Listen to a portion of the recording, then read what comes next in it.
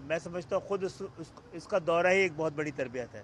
بہت بہت شکریہ آپ لوگوں کو بلانے کا. وفاقی وزارت تعلیم اس وقت نیفٹیب کے ذریعے سے بھی کچھ پروفیشنل اور ٹیکنیکل کورسز کرا رہا ہے, تو اس وقت جو دنیا بھر میں پاکستان کے ہنرمند نوجوانوں کی ضرورت بن سکتی ہے, وہ کتنے ہم اس وقت نئے فیوچر گورنمنٹ اس سلسلے میں کام کر رہی ہے؟ دیکھیں اس وقت پاکستان کے مسئلے کا حل یہی ہے.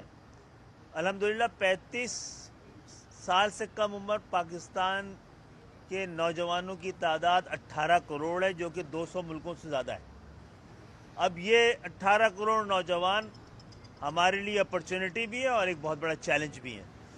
تو قومیں کس طرح اس چیلنج کو کا سامنا کرتی ہیں, یہ تاریخ ہمیں بتائے گی کہ پاکستان کو اللہ تعالیٰ نے یہ جو ایک موقع دیا ہے ایک چیلنج کی شکل میں بھی. 18 کروڑ نوجوان ہے. دوسری طرف جو ترقی یافتہ دنیا ہے وہ اب ایجنگ نیشن کہلا رہی ہے, وہاں آبادی کم ہو رہی ہے. ان کو پاکستان کے لاکھوں نوجوانوں کو جدید تعلیم, دینی تعلیم کے ساتھ دے کر اگر آپ نے ملک سے باہر بھیج دیا, اس کو برین ڈرین نہیں برین ٹرین کریں گے کہا جائے گا. اور یہ جا کر جب دین کی تعلیم کے ساتھ علم نافع لے کے جائیں گے تو آپ دیکھیے گا تبلیغ کا ایک بہت بڑا نظام پوری دنیا میں جاری و ساری ہو سکتا ہے. یہ بتائیے گا پاکستان میں جو معاشی اور سیاسی جو ہے کشیدگی بہت زیادہ نظر آ رہی ہے, تو اس پہ آپ کو کیا تبصرہ ہوگا؟ جی سیاسی بحران ہے, اور سیاسی بحران نے معاشی بحران بھی پیدا کیا ہوا ہے اور دوسرا بحران بھی. لیکن میں یہ سمجھتا ہوں پاکستان کے اندر تو اللہ تعالیٰ نے جو وسائل دیے ہیں, میں پاکستان میں کوئی معاشی بحران نہیں دیکھتا. میں پاکستان میں نیتوں کو بحران دیکھتا ہوں. پاکستان میں نیتوں کے بحران کو دور ہوئے بغیر کوئی معاشی مسئلہ حل ہونے والا نہیں ہے. پاکستان کے اندر مسئلہ ٹریڈ ڈیفیسٹ نہیں ہے, ٹرسٹ ڈیفیسٹ ہے. یہ دور نہیں ہوگا تو کوئی مسئلہ حل نہیں ہوگا. یہ جو آج پاکستان میں سیاسی بحران ہے یہ 24 کے الیکشن کی وجہ سے نہیں, 18 کے الیکشن کی وجہ سے. والد صاحب یہ بتا دیں کہ مدارس کے حوالے سے جو بھائی سامنے آ جاتے بھائی, ٹھیک ہے. مدارس کے حوالے سے کوئی پلان تشکیل دیا گیا اور مارکی حکومت کی جانب سے منسٹری کی جانب سے کوئی ان کو بھی دیکھیں وہ وفاقی حکومت کے اندر خود ایک دینی تعلیم کا پورا سیکریٹریٹ اور ڈائریکٹوریٹ ہے, لیکن ضروری ہے کہ جو اصل لوگ ہیں ان کی تجاویز کے ساتھ اس معاملے کو بڑھایا جائے, ورنہ غلط فہمیاں جنم لیں گی اور غلط فہمیاں موجود رہیں گی تو پھر مسئلے کا حل نہیں نکلے گا. PIDCL کے حوالے سے بتائیے گا, مالی سال کے اختتام ہونے کو ہے, وفاقی حکومت نے بجٹ میں کراچی اور حیدرآباد کے لیے خصوصی پیکج کا اعلان تو کیا, PIDCL بھی کاغذوں میں بن گئی, ان منصوبوں پر کام شروع کب ہوگا؟ جی یہ ہو گیا ہے. PIDCL اب صحیح جگہ پر ہاؤسنگ کی منسٹری میں پارک ہو گئی ہے, تو سمجھ لیں کہ اس نے ایک طرح سے PWD کو ریپلیس کر دیا ہے. اور اب کراچی میں انشاءاللہ اس دفعہ لیپس نہیں ہونے دیں گے. ایک سازش کے تحت کراچی میں 2 بار ہم نے جو کراچی کی نمائندگی کا حق ادا کرتے ہوئے یہ کراچی کے لیے اس کا حق کا ایک چھوٹا سا حصہ لینے کی کوشش کی تھی. 18 کے الیکشن میں تو ہم نہیں تھے نا, لیکن کراچی ہم صرف 4 تھے, باقی دوسرے جن کو مصنوعی طور پہ دلایا گیا تھا وہ 14 تھے. انہوں نے نہ ایک دن ایک لفظ کراچی کے لیے آواز ہی بلند نہیں کی, تو باقی مسئلہ تو چھوڑ دیں. سوال یہ تھا کہ فروری 86 کے اندر طلبہ یونینوں کو بین کیا گیا, بلاول بھٹو کے اندر قرارداد آئی, تاہم پیپلز پارٹی سندھ کے اندر تعلیمی اداروں کے اندر یونین الیکشن کرانے کے لیے تیار نہیں ہے. انہوں نے اپنی قرارداد بلڈوز کر دی. کچھ چیزوں کی آگہی کے بغیر مسئلہ حل نہیں ہوگا. پاکستان ایک جاگیردارانہ معاشرہ ہے اور ایک جاگیردارانہ جمہوریت کو ہم بڑی بے شرمی سے جمہوریت کہہ رہے ہیں. جاگیردارانہ نظام تو چلتا ہی جہالت پہ ہے, ناانصافی پہ ہے, عدم مساوات پہ ہے. اس کو دور ہوئے بغیر کوئی مسئلہ حل ہونے والا نہیں ہے. بہت بہت شکریہ آپ سب کا. ایک سوال ہے, یہ بتائیے گا کہ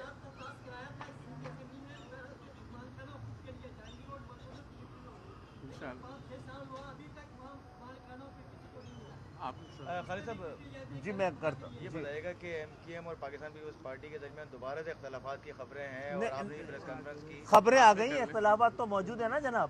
50 سال سے کوٹا سسٹم لگا ہوا ہے. یہ کوٹا سسٹم دیہی اور شہری کی بنیاد پہ نہیں ہے, یہ لنگوسٹک اور لسانی بنیادوں پہ لگایا گیا تھا.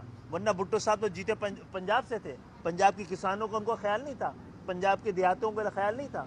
انہوں نے سندھ میں کیوں لگایا؟ سندھ میں اس لیے لگایا کہ سندھ کے شہری علاقے اور دیہی علاقے ایڈمنسٹریٹیولی نہیں لسانی طور پہ بھی تقسیم تھے. یہی مسئلہ ہے. اور